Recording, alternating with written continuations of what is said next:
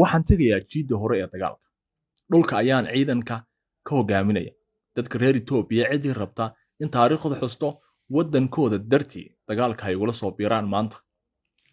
Sidaa waxaa yidhi ra'iisul wasaaraha Itoobiya Abiy Ahmed Cali oo tagay furinta hore ee dagaalka si uu dagaalka madambaysa ula galo shabahadda TPLF iyo ciidamada difaaca Tigray ee TDF oo iskarabsanaya.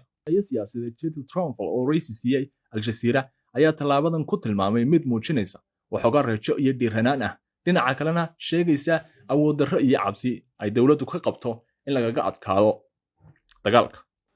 Dadaalo lagu doonayay in la isugu soo dhaweeyo labada dhinac ayana waxba ka soo naasacadayn, isla markaana hogaamiyahan ku guuleystay biladda nabadda adduunka ee Nobel Peace Prize ayaa isticmaalaya luuqadii ugu adkayd ee dagaal, isagoo haba yaraatee aan waxba reebanin. Shirkadda Facebook ayaa toddobaadyo ka hor hawada ka saartay khudbad uu Abiy Ahmed ka jeediyey banaanbax ka dhacay xarunta dalka Itoobiya Addis Ababa, taasi oo uu dadka Tigray ku tilmaamay haramo u baahan in laga harameeyo Itoobiya. Facebook ayaa khudbadan u aqoonsatay nacayb ka dhan ah dadka degad gobolka Tigray ee waqooyiga Itoobiya. Bulshada caalamka ayaa walaac ka qabtay in dagaalka Itoobiya uu waqti kasta isku bedeli karo dagaal sokeeyo oo aan la mahadin.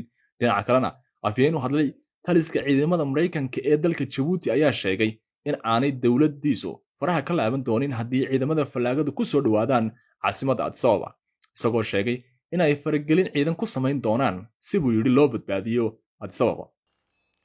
Abiy ayaa horay dadweynaha reer Addis Ababa ugu baaqay in ay qaataan hubka oo ay difaacaan magaaladooda yar iyo weynba.